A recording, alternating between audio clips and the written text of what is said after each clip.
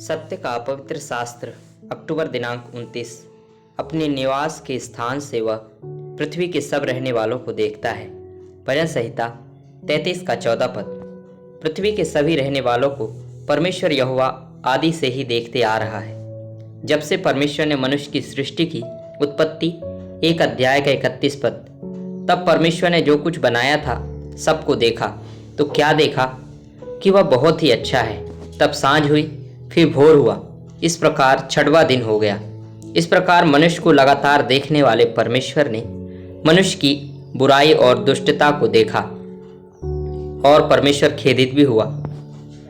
और इसलिए हम देखते हैं कि उत्पत्ति की पुस्तक के 6वें अध्याय में परमेश्वर मनुष्यों को देखकर संतप्त होता है और उन्हें पूरी तरह से नाश करने का विचार भी करता है और इसी हेतु से जल प्रलय को होने देता है, ताकि बुराई और दुष्टता को जो मनुष्य ने पृथ्वी पर बढ़ा दिया था पूरी तरह से नष्ट करके नूह के द्वारा एक नई पीढ़ी यानी एक पवित्र जाति को परमेश्वर उत्पन्न करने के लिए योजना बनाई।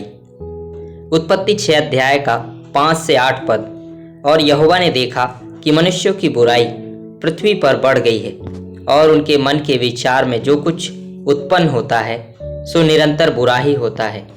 और यहोवा पृथ्वी पर मनुष्य को बनाने से पछताया और वह मन में अति खेदित हुआ।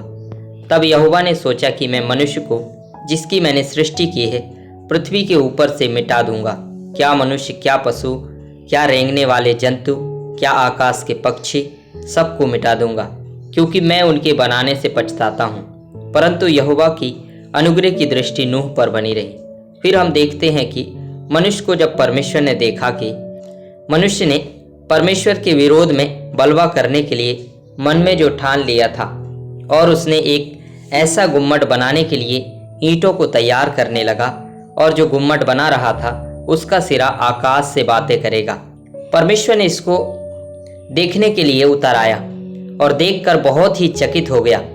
इसलिए परमेश्वर ने भाषाओं का निर्माण करके उसे बाबुल के उस गुम्मट के पास मनुष्य के बीच में गड़बड़ी डाल दी, जहां से मनुष्य सारी पृथ्वी के ऊपर बिखर गए। उत्पत्ति 11 अध्याय का 4 और 5 पद, 7 और 8 पद। फिर उन्होंने कहा, आओ हम एक नगर और एक गुम्मट बना लें जिसकी चोटी आकाश से बातें करें। इस प्रकार से हम अपना नाम करें, ऐसा ना हो कि हमको सारी पृथ्वी पर फैलना पड़े।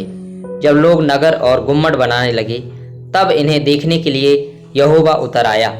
इसलिए आओ हम उतर के उनकी भाषा में बड़ी गड़बड़ी डालें कि वे एक दूसरे की बोली को ना समझ सकें। इस प्रकार यहोवा ने उनको वहां से सारी पृथ्वी के ऊपर फैला दिया और उन्होंने उस नगर का बनाना छोड़ दिया। इसी नूह के घराने में से परमेश्वर की दृष्टि फिर अब्राहम नाम के एक व्यक्ति पर पड़ी जो परमेश्वर की आज्ञा का पालन करने के लिए पूरे हृदय से तत्पर था।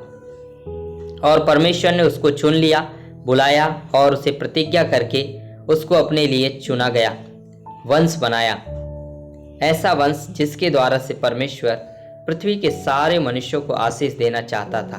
और वह आशीष उसके प्रिय पुत्र प्रभु यीशु मसीह के द्वारा से सब मनुष्यों को मिलने वाला अनंत काल का उद्धार है।